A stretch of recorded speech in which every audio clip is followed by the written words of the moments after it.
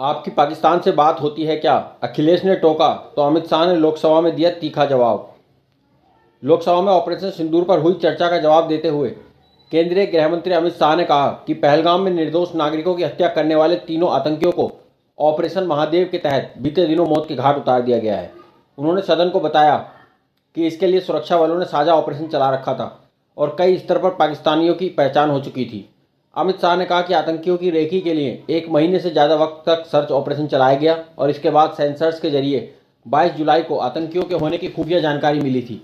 उन्होंने कहा कि सोमवार को हुए ऑपरेशन में 3 आतंकी सुलेमान, अफजान और जिब्रान मारे जा चुके हैं। एनकाउंटर के बाद आतंकियों के पास से बरामद हुई राइफलों के कारतूसों की FSL रिपोर्ट और इनकी मदद करने वालों से आतंकियों की पहचान कराई गई जो पहले ही गिरफ्तार हो चुके थे।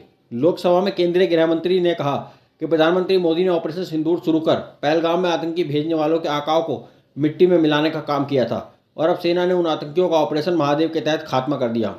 इसी बीच सपा सांसद अखिलेश यादव ने गृह मंत्री को बीच में टोकते हुए कहा कि आका तो पाकिस्तान है, जिसके जवाब में अमित शाह ने कहा कि आपका पाकिस्तान से बात होती है क्या। इसके बाद लोकसभा में हंगामा शुरू हो गया और सपा के तमाम सांसद अपनी सीट से खड़े हो गए, लेकिन स्पीकर ओम बिरला ने व्यवधान को खत्म कर अमित शाह के बयान पूरा करने को कहा।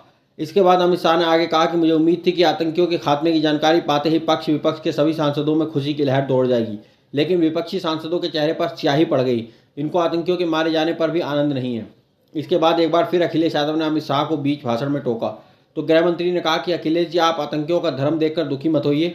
अमित शाह ने कहा कि 6 वैज्ञानिकों ने इस रिपोर्ट की पुष्टि की है और मुझसे कहा है कि यह 100% वही गोलियां हैं जो पहलगाम में चलाई गई थीं। अमित शाह ने सदन में कहा कि पहलगाम हमले के बाद मैं वहां गया था और पीड़ित परिजनों से मिला था। 6 दिन की शादी हुई लड़की वहां विधवा होकर खड़ी थी। वो दृश्य जीवन में कभी नहीं भूलूंगा। लेकिन आज मैं उनके परिजनों से कहना चाहता हूं कि मोदी जी ने ऑपरेशन सिंदूर से आतंकियों को भेजने वालों को मारा और हमारे सुरक्षा बलों ने उन आतंकियों को भी मौत के घाट उतार दिया है। एक ऐसा सबक सिखाया है कि आने वाले कई दिनों तक ऐसी हिम्मत नहीं कर पाएगा।